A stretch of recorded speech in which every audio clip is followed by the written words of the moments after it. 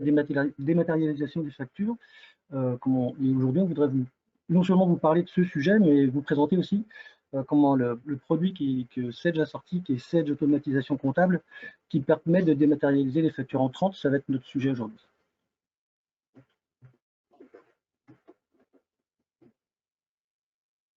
En fait, la dématérialisation des factures fournisseurs permet d'accélérer leur traitement. C'est vraiment le principal atout, évidemment. Mais cet avantage, ce n'est pas le seul bénéfice de la dématérialisation. On va voir ensemble que l'objectif zéro papier ne concerne pas que l'écologie, mais bien l'optimisation de l'organisation de l'entreprise. Pour cela, on va dérouler un petit peu les sujets, parler du boom de la dématérialisation des factures actuelles, la priorité stratégique que peut être la dématérialisation, comment dématérialiser une facture entrante en utilisant justement les produits créés pour ça, et on va vous faire voir celui de Sage ACS, quels sont les bénéfices de cette automatisation comptable, et puis on va aussi parler de la solution, des nouveautés, etc. qui est actuellement.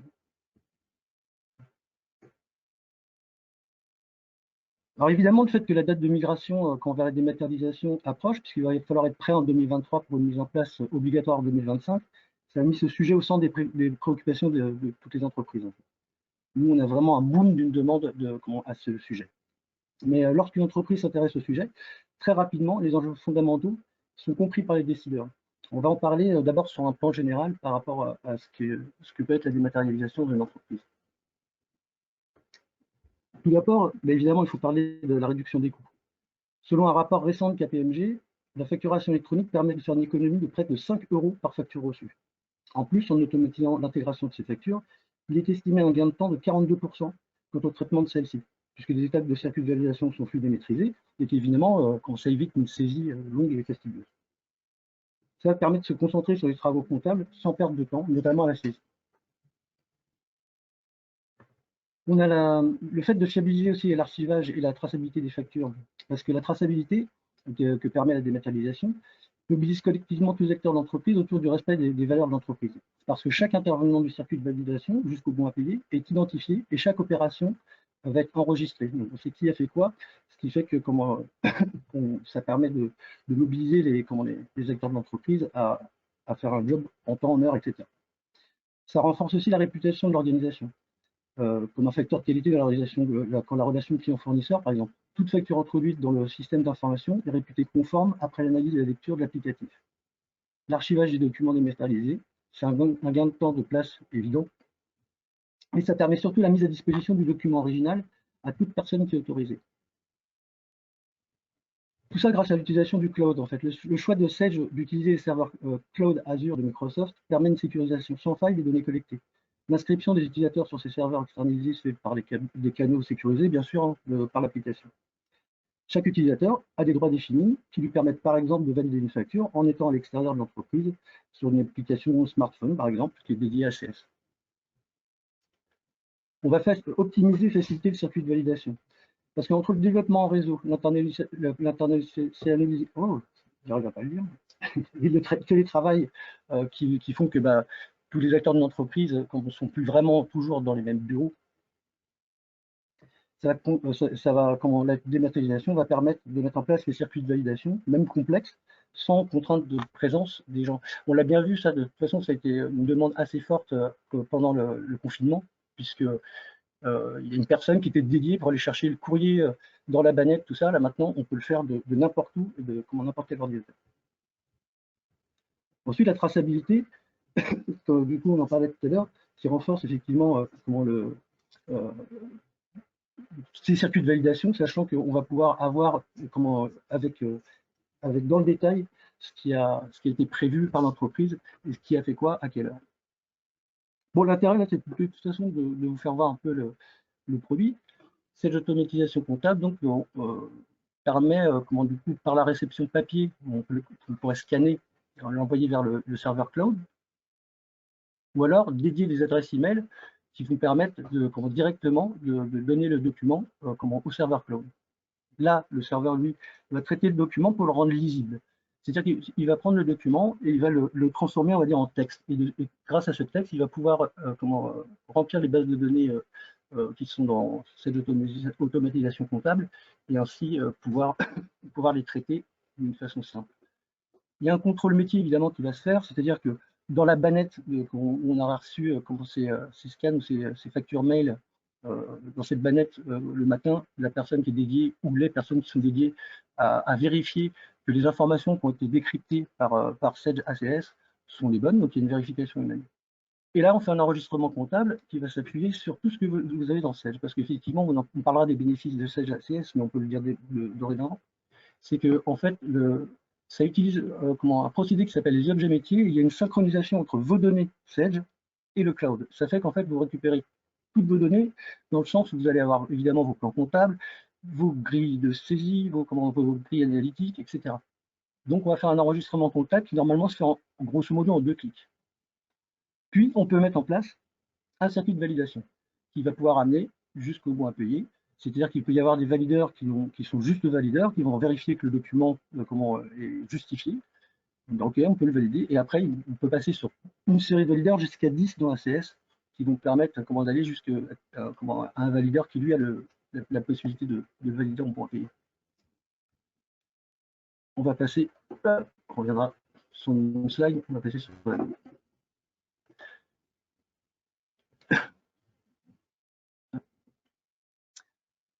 Alors voici à quoi ressemble Sedge ACS. C'est évidemment, comme c'est dans le cloud, il n'y a pas besoin d'installer quoi que ce soit. On passe directement par un navigateur Internet. Là, pour nous, pour l'exemple, c'est Chrome, mais ça fonctionne avec les autres. Et là, on va voir, là, on est sur l'écran principal, par exemple, de la compta. Donc le matin, on va voir que dans la bannette, il y a des choses à comptabiliser. Ça, c'est en fait, grosso modo, les factures qu'on a reçues durant la nuit, par exemple, par mail. Nous, on va ajouter un document, comme ça on va pouvoir le suivre, on va ajouter un document, hop. On avait dit tout à l'heure que c'était par mail, par scan, donc on a été évidemment directement par l'application. Et on va envoyer un document. On va attendre qu'il parte. Alors ce qui se passe là, c'est que le document, du coup, il part de mon ordinateur, il va vers le cloud va le recevoir. ACS va faire une reconnaissance de caractère qu'on appelle l'OCR pour pouvoir nous le déposer dans la bannette comptabilité. En attendant, on va pouvoir regarder un peu comment ça se passe. On voit qu'ici, il trouve quand même des choses. Parce que là, en fait, celles-ci, elles sont juste dans ma bannette. Mais on voit qu'il a reconnu que c'était une facture, parce qu'il a vu que le mot facture était indiqué sur le document. Donc, ça nous le proposait. Il a trouvé des dates. Là, dans notre cas, il a même trouvé le fournisseur, parce qu'en fait, si jamais, comme c'est synchronisé avec vos tiers sur Sedge, si jamais vous avez bien renseigné vos tiers, ben, il va reconnaître une adresse, il va reconnaître un numéro de téléphone, donc il va faire une proposition presque immédiate du bon fournisseur. Dans un autre cas, ici, on voit qu'il n'a pas trouvé le fournisseur, parce que peut-être le fournisseur n'existe pas encore, ou parce qu'il n'y a pas assez de choses qui ont été rentrées, d'éléments qui ont été rentrés dans la fiche tiers, et du coup, il n'a pas réussi à trouver le bon fournisseur.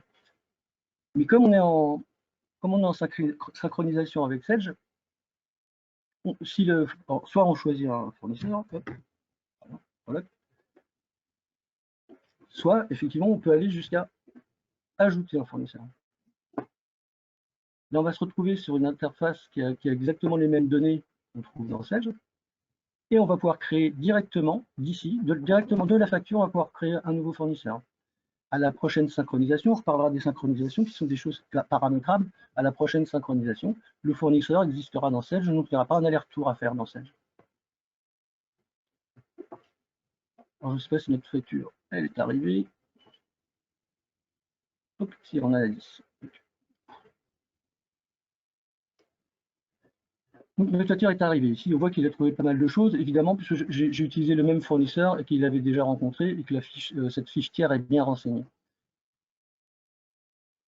Donc voilà comment se passe, on va dire en gros la saisie d'une facture, c'est pas de la saisie, la démat, sur Sedge ACS.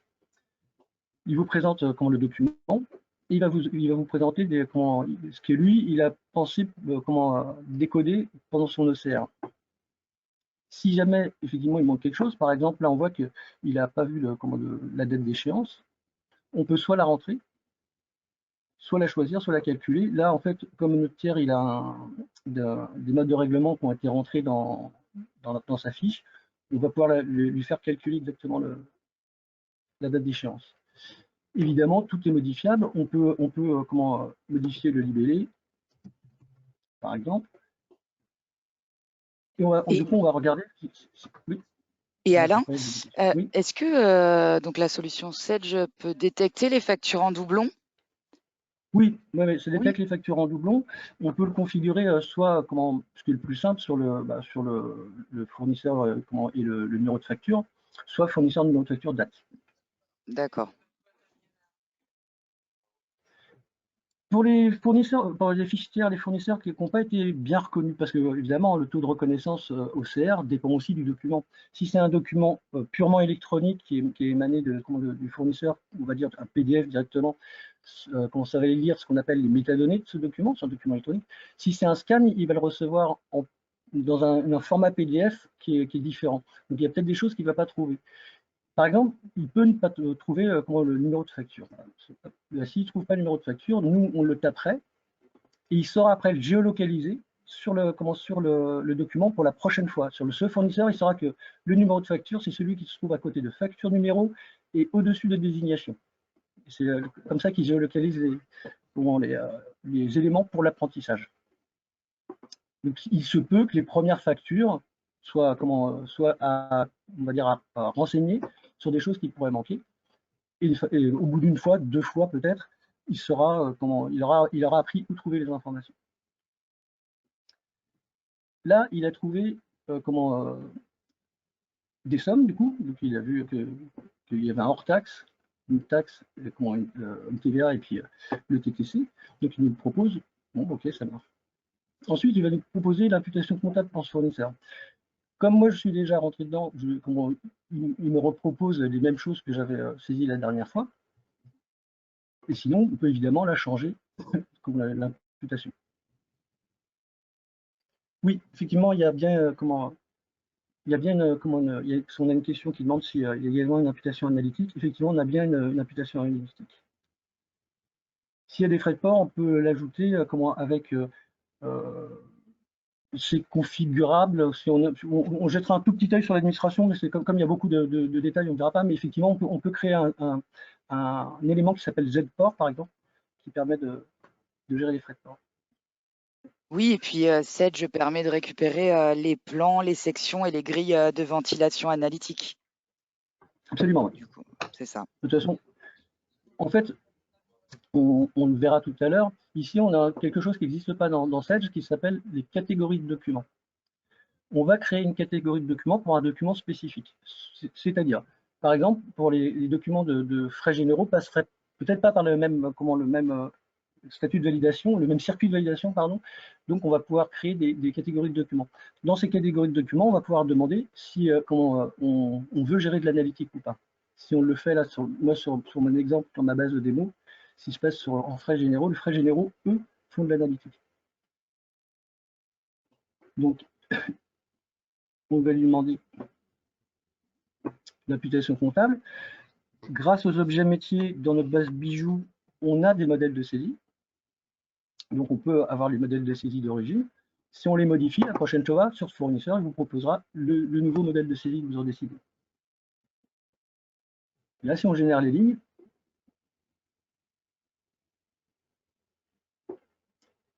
il va nous proposer l'analytique.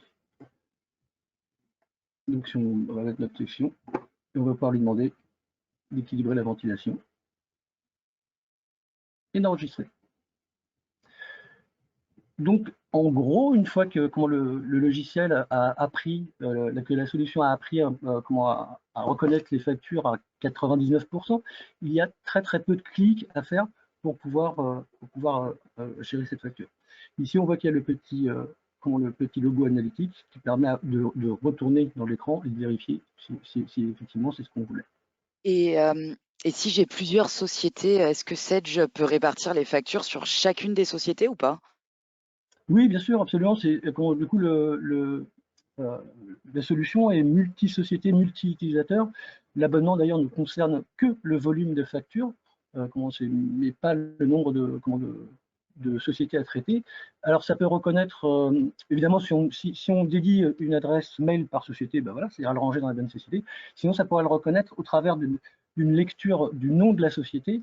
Par contre, il faut effectivement que là, les documents du fournisseur soient, le nom de la société soit bien présent, visible, etc. Et que ce soit D'accord. automatique. Et nous avons du coup, alors une question, les factures peuvent-elles être rapprochées des bons de commande achat? Alors, oui, effectivement, alors, c'est pas des bons de commande achat, par contre, on a un rapprochement possible avec les bons de réception. Pour cela, il faut qu'effectivement, ça fonctionne avec cette gestion commerciale sans. On peut rapprocher les bons de réception, absolument. Après, effectivement, si vous avez la totalité de votre processus d'achat qui est fait sur la gestion commerciale, etc., là, dans ce cas-là, il est évident que ACS, lui, on va servir surtout de stockage de ces factures, etc., de pouvoir les retrouver, puis on verra que dans Sage, on pourra rouvrir les documents, mais que tout le processus sera fait entre Sage gestion commerciale et Sage comptable pour les lignes. Donc ensuite, ici, là, nous, on a généré nos lignes en 2 clics avec notre analytique. Et nous, on a un petit circuit de validation, donc on va le transmettre. Dans notre circuit de validation de démonstration, on n'a qu'un valideur, bien sûr, mais on peut en avoir autant qu'il en faut pour le circuit de validation. Donc, on a généré nos lignes, et là, maintenant, on va dire, bon, ok, on l'envoie. À ce niveau-là, notre facture va disparaître de notre base de comptabilité. Et est-ce que le valideur peut modifier l'analytique, la date d'échéance et le mode de règlement, même si l'écriture est déjà en comptabilité? Est-ce que c'est Alors, possible du coup? oui, et c'est un choix. Donc, on peut donner la possibilité à la compta, évidemment, ou retirer la possibilité de saisie analytique à la personne qui est dans le groupe compta, on va dire. On peut donner ou retirer la possibilité de modifier ces choses-là pour un ou plusieurs valideurs. Donc tout ça, c'est les droits de chaque utilisateur sont assez précis sur le sujet. Ok, merci Alain. Je t'en prie. Du coup, ici, moi, je vais me faire passer pour le valideur, comme ça on va regarder lui quel écran il va recevoir. Se connecter en tant que l'on voit là, c'est un petit outil bien pratique, puisqu'on va pouvoir dire qu'on va déléguer la possibilité d'une personne pour pouvoir, en cas par exemple, notre comptable, Christine, part en congé une semaine, on va pouvoir déléguer pendant une semaine son travail de comptable au valideur Vincent, c'est lui qui va s'en occuper. Donc il pourra se faire passer pour Christine, c'est-à-dire qu'il n'y a pas d'échange de mots de passe, il n'y a pas tout ça. C'est une délégation qui est prévue et autorisée. Évidemment, dans la traçabilité du document, ça sera bien marqué que, d'accord, c'est comment c'était fait sur le compte de Christine, mais c'est bien valideur Vincent qui est intervenu sur le document. On va d'ailleurs voir ça tout de suite.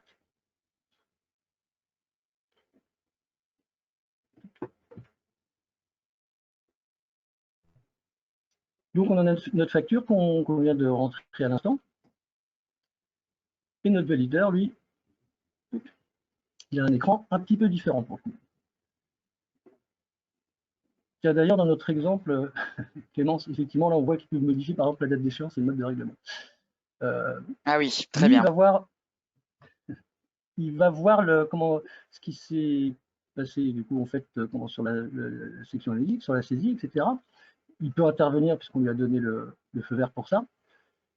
Il va voir que le récapitulatif de la facture, c'est-à-dire tout ce qui a été fait au moment où il y a le contrôle métier, évidemment les écritures comptables, avec la possibilité ici de voir l'analytique, bien sûr. Des commentaires, parce qu'on peut laisser un commentaire. Tout à l'heure, on avait plusieurs actions, on avait transmettre, un valideur, etc. Mais il y a aussi une partie où on peut laisser un commentaire qui restera visible sur le document, bien sûr. On peut rajouter des pièces jointes. Je sais pas, par exemple, on parlait de bonne commande tout à l'heure ou autre chose. On peut mettre une pièce jointe qui sera, quand on ouvrira la facture, ici, on aura la liste des pièces jointes et on pourra télécharger la pièce jointe ou les pièces jointes qui ont été ajoutées. Ça, c'est notre traçabilité. Là, on voit que effectivement, il y a eu l'entrée du document, le document est arrivé. Qui a fait l'enregistrement comptable, c'est moi, pour le coup, et qu'il en attend de validation par le valideur 1, Vincent. Du coup, le valideur 1, Vincent, quand il l'aura validé, qu'il aura mis son bon à payer, on verra qu'il a maintenant mis le bon à payer. Et si comment le, la synchronisation avec Sedge, donc si l'écriture est partie dans Sedge. Tout ça, ça sera marqué sur la traçabilité. Ici, on Et voit une case wiki. Ouais. tous les utilisateurs enfin, est-ce qu'ils peuvent retrouver les factures est-ce que tous les utilisateurs, comment ils peuvent retrouver les factures dans Sedge? Alors ça dépend des droits qu'ils ont. Par contre, effectivement, les utilisateurs, ils peuvent le retrouver dans Sedge parce qu'on le verra tout à l'heure sur la synchronisation dans Sedge. D'accord. On peut avoir accès aux documents attachés. Et du coup, ça permet de voir la facture directement de Sedge sans avoir rentré dans CS. Ok. Ici, on voit les bonnes réceptions. Alors, on parlait ici, on a une petite case litige, parce qu'en fait, effectivement, là, notre valideur, il peut mettre un bon à payer. Comme on disait, il peut poser une question. Il peut le rediriger vers une autre agence ou un autre valideur, ou une autre société, si c'était d'une multi-société. Là, pour l'instant, on n'a que la base bijoux. Mais si c'était d'une multi-société, on peut le rediriger vers une autre société, par exemple. Retour à l'étape précédente, c'est-à-dire qu'on va remettre la banette en compta en laissant un message le pourquoi. Du coup, ça va repartir en comptabilité. Et litige à vérifier. Donc, le litige à vérifier, c'est un tout petit peu différent. Ça va mettre, hop, on va regarder tout de suite dans notre banette litige, ça va mettre un petit logo comme ça en disant qu'il y a un produit il y a un problème sur ce document. Donc là, par exemple, notre valideur Vincent l'a passé en litige en disant vérifier le nombre de déplacements qui ont été indiqués ici, parce que d'après lui, 10 c'est trop. Donc, ça va permettre, on va retourner, hop, on va se remettre comme si on était la comptable. Effectivement, son dashboard, ça va permettre à la comptabilité de savoir qu'il y a quelque chose à vérifier, il y a un litige, de vérifier ce litige,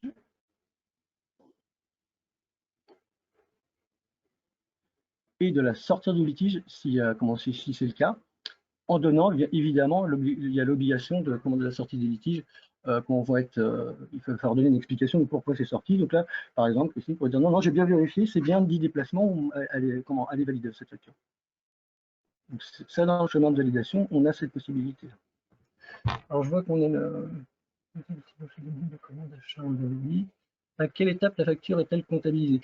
C'est un choix. Alors, c'est-à-dire qu'on va générer les lignes et on va lui dire, donc la génération des lignes, on va dire que c'est l'étape 1, donc l'étape comptabilité. Ensuite, ça va passer en étape 2 pour le premier valideur. Donc on peut lui dire que dès l'étape 1, on peut synchroniser avec Sedge. Si on synchronise avec Sedge, on va aller le voir tout de suite. Alors, à quelle étape la facture est-elle comptabilisée? On a une petite question, Alain. Ouais, c'est ce que j'étais en train Ah, pardon. d'expliquer, c'est qu'en fait, non mais je t'en prie, c'est qu'en fait, on va donner l'étape nous-mêmes. On va lui dire si c'est dès l'étape 1, bah, dès qu'on a généré les lignes, bah, pour être envoyé à Sedge. Si on dit non, c'est uniquement quand le valideur est là, donc on peut aller jusqu'à dire uniquement quand le bon à payer été appliqué, alors à ce moment-là, effectivement, on aura la possibilité de synchroniser avec Sedge. Si on va dans nos journaux, je prends n'importe lequel, on s'en fiche, puisque j'ai plein d'essais.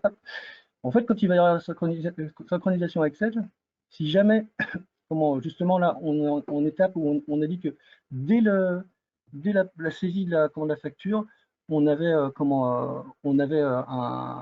une possibilité synchronisée avec Sedge. Donc, du coup, là, le mode de règlement dans le journal va passer en ATTBAP pour attente du bon à payer. C'est-à-dire que le valideur n'a pas encore mis son bon à payer dessus. Par contre, on a déjà les écritures qui ont été synchronisées.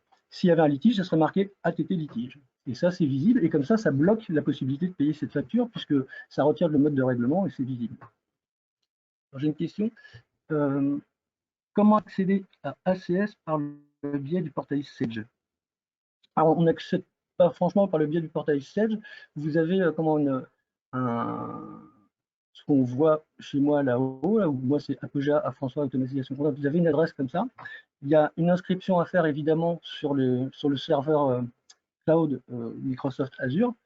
Une fois qu'on est inscrit et reconnu sur le serveur cloud Microsoft Azure, alors avec l'adresse qu'on a mis en favori par exemple, on arrive directement sur ACS. C'était une autre question de Clémence tout à l'heure. Effectivement, on disait que est-ce qu'on peut voir comment les factures quand on est sous Sage, effectivement. Donc là, sur cette facture-là, cette écriture-là, je vais pouvoir visualiser. Ah, voilà, ça génère un lien. Parce que je me posais la question, comment le responsable comptable, du coup, peut retrouver une facture dans l'outil? Voilà. Sans avoir besoin de se connecter obligatoirement sur Sage ACS, effectivement, directement sur l'écriture, on va lui demander, tiens, on va voir le document qui est attaché, et là, effectivement, il aura lui aussi toute la possibilité de voir les commentaires, des pièces jointes s'il y en a, etc. Donc, à chaque écriture, en fait, intégrée dans cette automatisation comptable, c'est associé à un lien vers la facture d'origine. Donc, c'est Absolument. très Et c'est là simple où de retrouver une facture. c'est ça, ouais. Et c'est là où tout à l'heure on parlait du fait de pouvoir archiver d'une façon pratique ces factures électroniques. C'est qu'effectivement, là dans le cloud, on les retrouve tout de suite. Et évidemment, on a des possibilités dans ACS de faire des recherches très particulières sur 10 ou 15 critères pour pouvoir retrouver toutes les factures d'un fournisseur qui font plus de 200 euros, etc.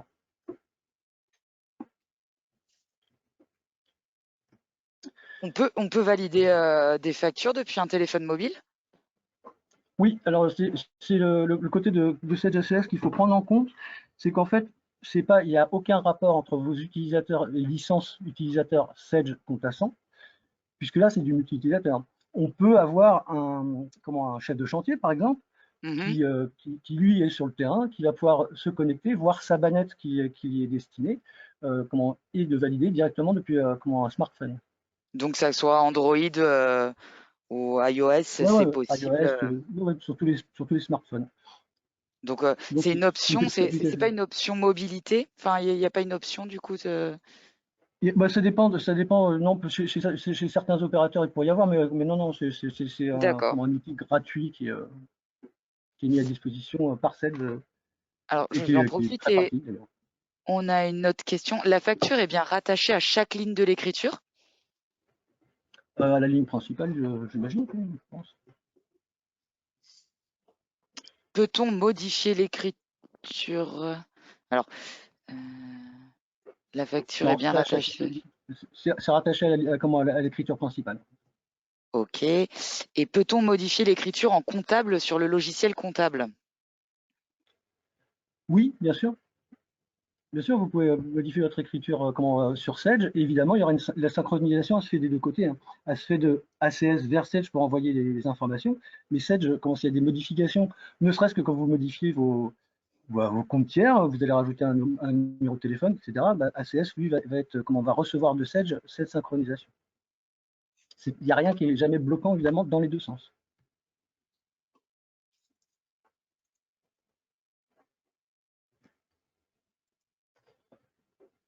Du coup, ça, c'est pour ça qu'on veut vous le présenter de cette façon.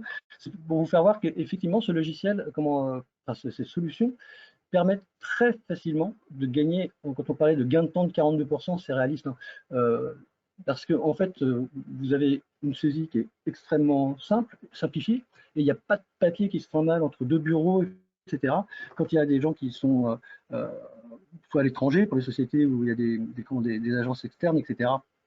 Et ben maintenant, le circuit de visualisation est complètement fluide, et ce qui est vraiment pratique. Et ce qu'on Oui, disait en tout à l'heure, effet, que ça soit du traitement, de l'intégration de la facture dans l'outil, même de l'intégration des factures dans la comptabilité, c'est assez rapide.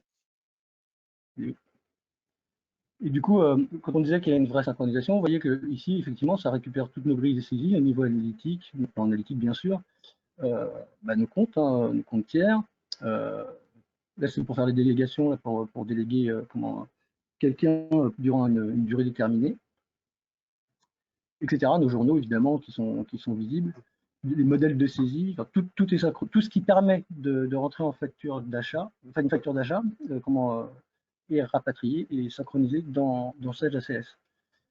La synchronisation, elle se fait par un outil qu'il faut installer comment, votre serveur, l'endroit où se trouvent les données, que ce soit un serveur hébergé dans le cloud ou que ce soit un serveur local chez vous, ou au pire, si c'était du monoposte sur un PC, ce serait complètement possible.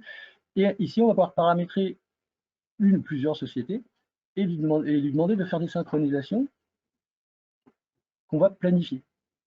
Donc, on va lui dire que tous les jours, on va faire hop, chaque jour, on va faire une synchronisation par exemple à 7 h du matin. Comme ça, on est sûr que ce soit fait avant que tout soit synchronisé avant que les gens arrivent. Puis pourquoi pas à 10h30, et puis pourquoi pas à 14 h, pourquoi pas à 16h30. Vous voyez, on fait 4 à 5 synchronisations possibles dans la journée et qui permettent de synchroniser. Du coup, c'est pas du temps réel, c'est de la synchro. Pourquoi pas temps réel? Parce qu'effectivement, ça demanderait beaucoup de bandes passantes, parce que ça va quand même vérifier tout ce qui a été modifié dans Sage et tout ce qui est arrivé dans la CS. Donc la synchronisation prend quelques minutes tout de même. Donc il y a un seul outil à installer.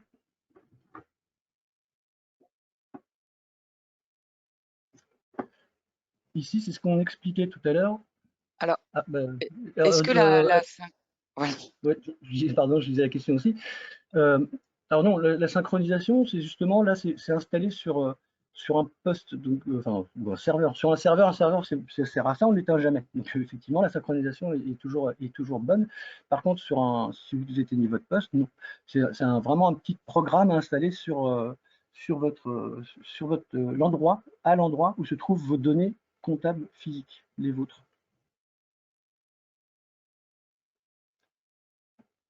On parlait tout à l'heure des catégories de documents.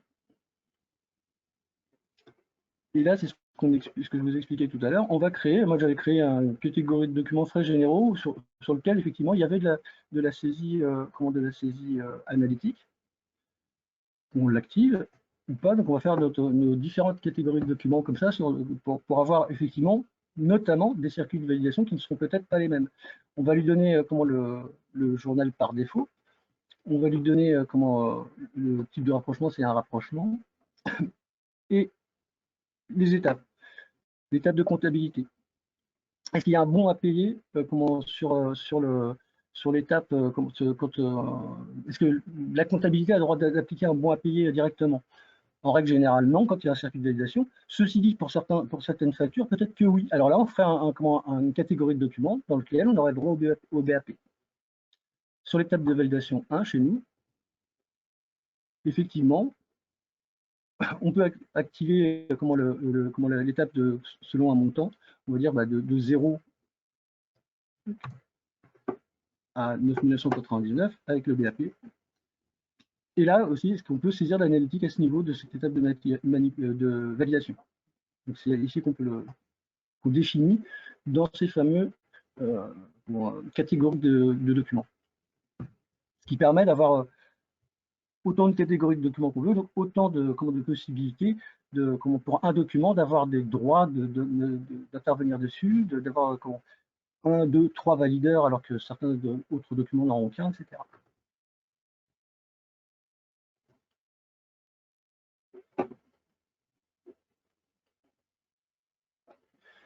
Et quand le bon à payer a été donné, c'est plus que du classement après, puisque effectivement on ne peut plus intervenir du tout sur le document. Et effectivement ici on voit que il y a un tampon, une fois qu'on a donné son bon à payer, le tampon est affiché sur la facture, et on voit effectivement la traçabilité de ce document qui a été jusqu'au bon à payer, en disant que c'est le valideur Vincent qui l'a fait, mais il était délégué à Alain François. Voilà. On a la totale de la traçabilité.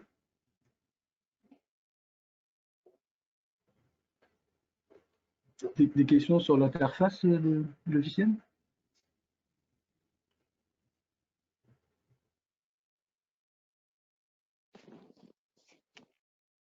Et où sont stockés les PDF des factures? Alors du coup, elles sont stockées dans le cloud sur les serveurs Microsoft Azure sur lesquels Sage a décidé de travailler avec eux parce que déjà c'est Microsoft, que les serveurs Azure sont des serveurs qui fonctionnent très bien, on va dire, très puissants, et de plus c'est des serveurs Azure qui sont stockés en France. Ça, c'est un choix de Sedge qui est assez rare d'ailleurs, puisque Microsoft sont pas tout à fait d'accord avec ça d'habitude, mais là, Sedge insiste sur le fait que c'est stocké en France. Alors, qui a le droit de voir les factures qui sont stockées dessus? C'est toujours pareil, des droits qu'on va donner dans l'administration.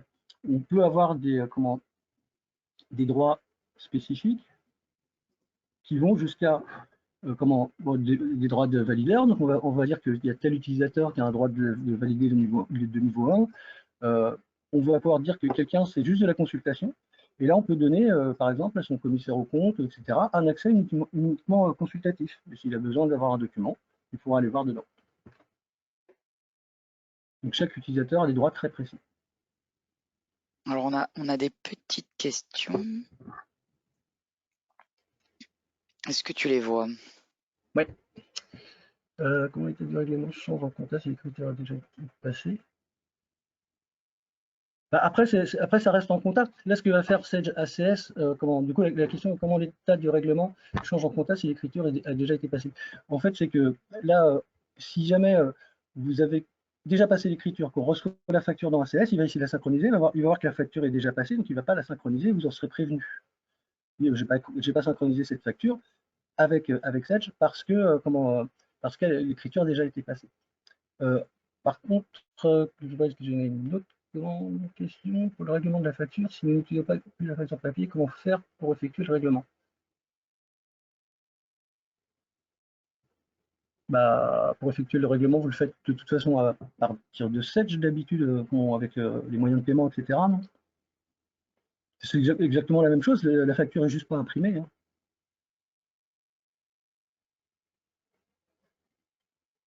Je ne sais pas si j'ai bien compris votre question, hein, Mme Boutet. Mme Fardiala, vous me demandiez ton accompagnement pour le paramétrage de Sedge ACS. En fait, oui, il est prévu, nous, parce qu'il y a l'abonnement Sedge ACS, mais aussi la configuration, le déploiement. Et ça, c'est Apogea qui le fait, qui vient avec vous. Et vous avez une formation à l'utilisation, qui n'est pas très complexe, on l'a vu ensemble à l'instant. Mais par contre, une formation aussi à pouvoir vous créer vos propres droits sur les utilisateurs, vos propres catégories de documents, etc., pour que vous soyez autonome sur cette partie-là, parce que vous allez continuer à faire vivre votre produit au travers d'un nouveau circuit de validation, par exemple d'une nouvelle personne qui rentre dans un circuit, etc. Ça, vous serez autonome dessus complètement, vous êtes formé à ça. Et c'est pas très complexe, comme c'est une formation qui est pédagogique, on comprend très vite. Le produit est assez simple, il est vraiment bien fait.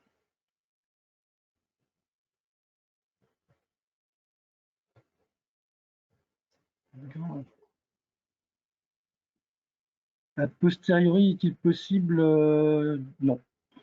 Non. La question était du coup, a posteriori, est-il possible de rattacher le document à une écriture déjà passée en comptabilité?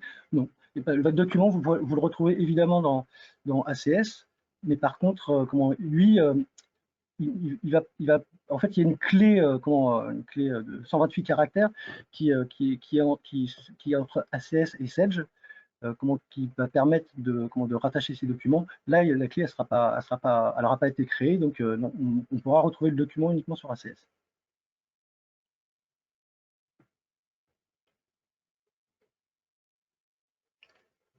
Si on n'a pas les moyens de paiement automatique, peut-on utiliser ACS? Non, ACS ne gère pas ça. ACS, lui, ce qui va vraiment gérer, c'est ce qu'on a vu, hein, la génération automatique des écritures, la façon de pouvoir avoir un circuit de validation et de la synchronisation avec Sedge, et c'est tout, ça s'arrête là. ACS, c'est vraiment un outil, déjà, c'est une question redondante, est-ce qu'on peut intégrer d'autres choses dans ACS que des factures entrantes d'achat? Non, ça, on peut faire que des factures entrantes d'achat, que ce soit n'importe quelle facture d'achat ou frais généraux ou achat matériel, n'importe quoi.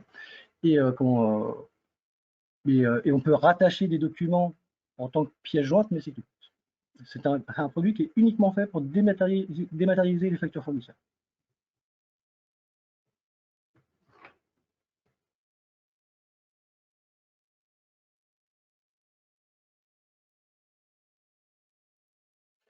Alors, vous avez montré tout à l'heure des factures en compta où il est marqué en attente de bons à payer. Comment ça se passe quand la validation a été faite sur ACS?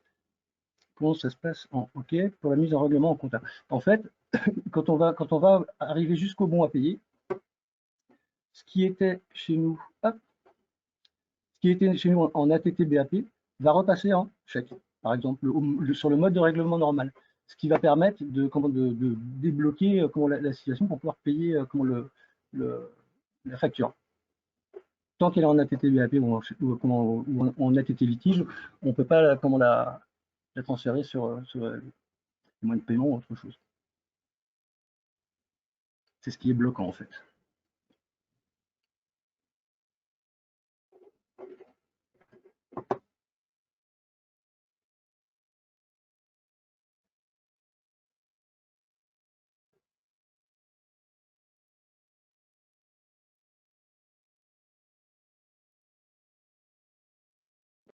Du coup, Absolument. Du coup, ouais, la question de tout à l'heure pour quand ça passe de BAP en attente de bon à payer avec en possibilité de revenir à un mode de règlement normal et de pouvoir régler la facture, ça se fait au travers de la synchronisation.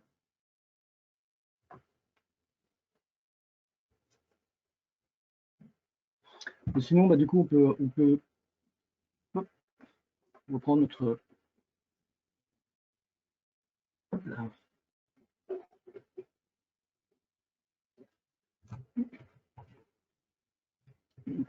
On a vu comment ça se passait sur le logiciel, et on pouvait parler des avantages les avantages de ces automatisations comptables. Là, tout premier, c'est que ce soit synchronisé directement avec votre comptabilité sensée. Parce qu'en fait, il y a beaucoup d'autres produits qui s'appellent plus GED, justement gestion électronique des documents. On va pouvoir traiter des documents différents, etc. Si jamais on traite des factures, par exemple, il faut dans tous les cas qu'il y ait un développement qui soit fait pour faire une passerelle entre la dématérialisation qui est sur le cloud et cette comptabilité. Là, avec ACS, avec cette automatisation comptable, et ben, grâce au travers de cette technologie des objets métiers, il y a zéro développement. L'abonnement, une fois l'abonnement pris, on a la main sur le produit et, tout est en automatique après. En plus, toutes les données qui se trouvent dans la comptabilité, qui se retrouvent sur Sage ACS, il y a tout ce côté synchronisation aussi, bien sûr, de tout ce que vous pouvez avoir dans votre compta, c'est-à-dire vos grilles analytiques, on l'a vu, les modèles de saisie, tout est repris. Donc il n'y a rien à reconfigurer dedans, ce qui est très rare sur les autres logiciels.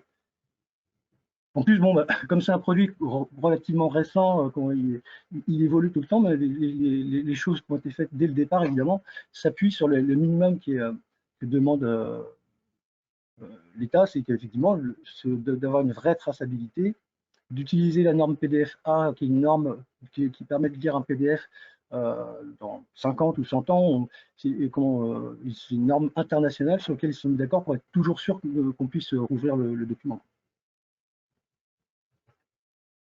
Je vous dis, en plus, vraiment, la chose qui est vraiment bien aussi, c'est le côté que ce soit pas un abonnement à l'utilisateur avec une licence. Vous avez autant d'utilisateurs que vous voulez. Donc, si vous avez 30 valideurs, qui sont parce qu'il y a 30 endroits différents où il y aurait quelqu'un qui devrait valider un document, et ben, c'est compris dans le produit d'origine. Si vous avez 10 sociétés, c'est compris dans le produit d'origine. Seule chose qui va changer, c'est le temps de paramétrage, évidemment, de chaque société, avec leurs circuits de validation qui sont peut-être propres à chaque fois, leurs valideurs qui ne sont pas les mêmes personnes dans chaque société, etc. Donc, le temps de configuration va être allongé par rapport à la taille de l'entreprise ou des entreprises, mais pas l'abonnement. Lui, c'est que sur le volume.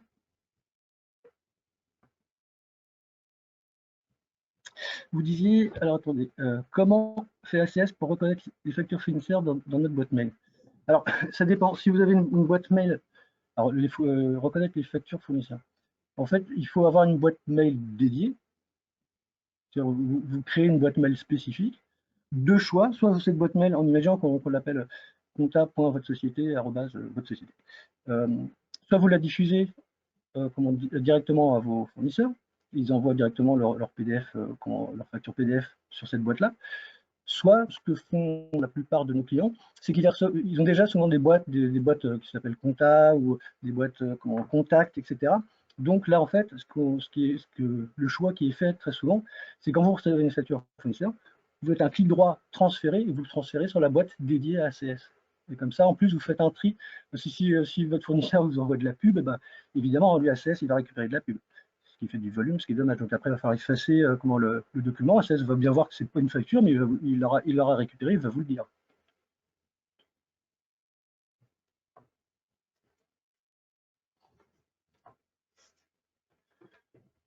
Oui, on en parlait tout à l'heure, sur les mises à jour régulières. Là, dans les nouveautés qui sont mises en route là, par exemple, c'était une question, je vais vous le faire voir d'ailleurs, mais je vous ferai voir après.